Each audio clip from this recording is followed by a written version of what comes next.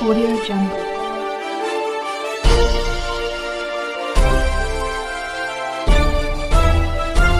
Audio Jungle. आप देख रहे हैं CRS न्यूज सच के साथ। बुधनी से संवाददाता हमीद बेग की खास रिपोर्ट। विदिशा संसदीय क्षेत्र के चुनाव में मात्र कुछ दिन ही बचे हैं। यहां 7 मई को चुनाव होना है। चुनाव का अंतिम के चरण में भाजपा और कांग्रेस के प्रचार में देखी गई तेजी।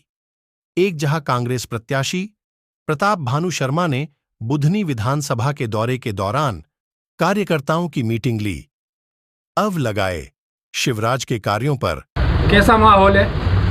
बहुत अच्छा लग रहा है, बहुत अच्छा माहौल है, जीतने का माहौल है। जनता जनार्दन में खुशी की लहर है कि 32 साल में मामा ने कुछ नहीं किया झूठी घोषणाएं करने के अलावा, और वो तुलना कर रहे हैं 10 साल के काम जो प्रताप भानु शर्मा ने किए क्षेत्र में। चाहे वो सिंचाई योजना लाने की बात हो, चाहे गांव-गांव बिजली पहुंचाने की बात हो, चाहे सड़कें बनाने की वजह सुनते आ रहे हैं रास्ते में, चाहे वो सरदार नगर की बात हो, चाहे वो रेल लाइन बुधनी से लेकर इंदौर तक 75 साल में किसी ने करा इस काम को? किसी ने नहीं करा। पर जब मौदावर और सिंधिया को जहाँ लेकर आए थे उस समय हमने मांग रखी थी कि यहाँ को बुधनी को इंदौर से रेलवे लाइन से जोड़ दो।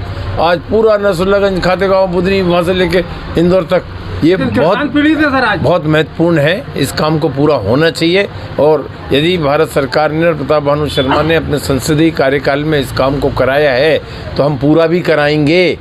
और जब किसान पीड़ित हैं, मुझे मालूम है धरना प्रदर्शन हो रहे हैं, किसानों को परेशान किया जा रहा है।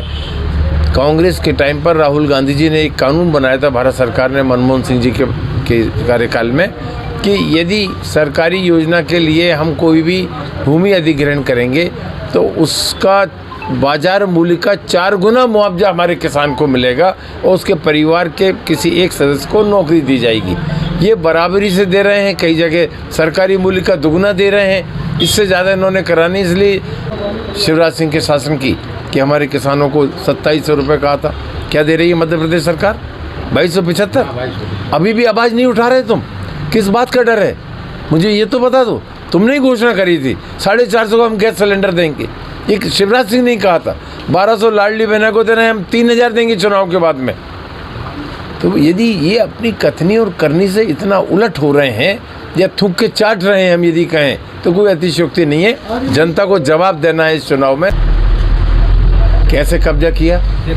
जनता का मताधिकार कानून के हिसाब से जो मिला है संविधान में, उसकी हत्या करके लोकतांत्रिक तरीके से नहीं। इसी को कहते हैं हम सत्ता का अहंकार, इसी को कहते हैं डिक्टेटरशिप। और आज यदि 2 के साथ हो सकता है, 3 के साथ हो सकता है, या चंडीगढ़ में मेयर के इलेक्शन में हो सकता है, माने फेल को पास कर रहे हो और पास वाले को फेल कर रहे हो। वो 8 वोट मेयर के चुनाव में निरस्त कर दिए खुलेआम। यदि वीडियोग्राफी नहीं होती तो वो तो खेल पूरा ही था। सुप्रीम कोर्ट ने न्याय दिया, उसकी वैलिडिटी उन्होंने करी उन 8 मतपत्र को, और हमारा प्रत्याशी, आपका प्रत्याशी जीता।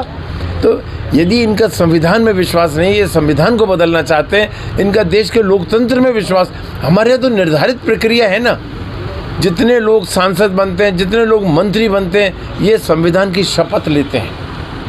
मैं संविधान की कसम खाकर कहता हूँ, देश की एकता और अखंडता को अक्षुण्ण रखूँगा। देश के इस संविधान के अनुसार मैं काम करूँगा। इसके बाद यदि वही धता बता दें तो देश जा किस दिशा में रहा है? संविधान से चलेगा या स्वयं के अहंकार से चलेगा? संविधान से चलेगा या मनमाने तरीके से चलेगा? गरीबों को संविधान से मदद होगी, नौजवानों को संविधान से नौकरी मिलेगी, या आप संविधान को तोड़ मरोड़ कर अपनी स्वेच्छा से चलाओगे? नहीं होने देंगे हम ये। ईवीएम पे आपको विश्वास है क्या? ईवीएम पर हमारा पूरा विश्वास है, और उसमें मैनिपुलेशन नहीं होना चाहिए, उसकी प्री सेटिंग नहीं होना चाहिए। इसको इंश्योर करना इलेक्शन कमीशन का काम है।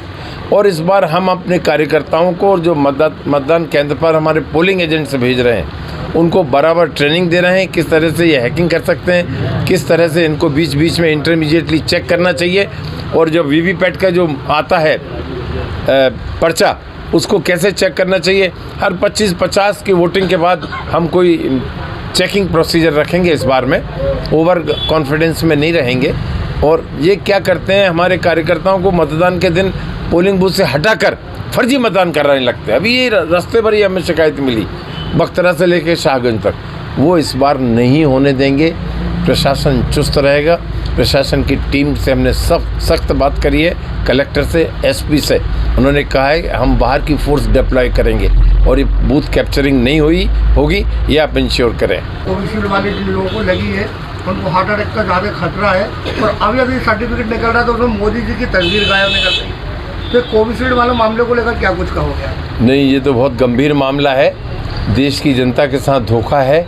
और ये कोविशील्ड आधे अधूरे सब स्टैंडर्ड मटेरियल इन्होंने अप्रूव कर दिया और उससे 50 करोड़ रुपए का चंदा ले लिया। पुणे वाला है, कौन किसकी है वो बात, पहले उसे परमिशन नहीं मिली थी, पर पुणे वाला ने से 50 करोड़ रुपए चंदा लिया। और ये इस सरकार की नीयत पे बहुत बड़ा प्रश्न चिन्ह लग गया है। और इतने झूठे हैं कि 40 से लेकर 45 लाख लोग मरे हैं कोविड के दौरान में। इनने ऑफिशियल जानकारी क्या दी है? 4.5 से 5 लाख लोग मरे हैं, माने 10%। तो इन लोगों की बात पर, स्टेटमेंट पर या इनकी नीति पर कैसे विश्वास करें, जो रिश्वत खाकर कोविशील्ड जैसी घटिया वैक्सीन को अनुमोदित कर दें। और हार्ट अटैक हमने तो नहीं कभी पहले देखा कि 25 साल 30 साल के लड़के को पढ़ते हुए हार्ट अटैक आ गया, चलते हुए हार्ट अटैक आ गया, नाच करते हुए, गाना गाते हुए हार्ट अटैक आ गया। ये बड़ी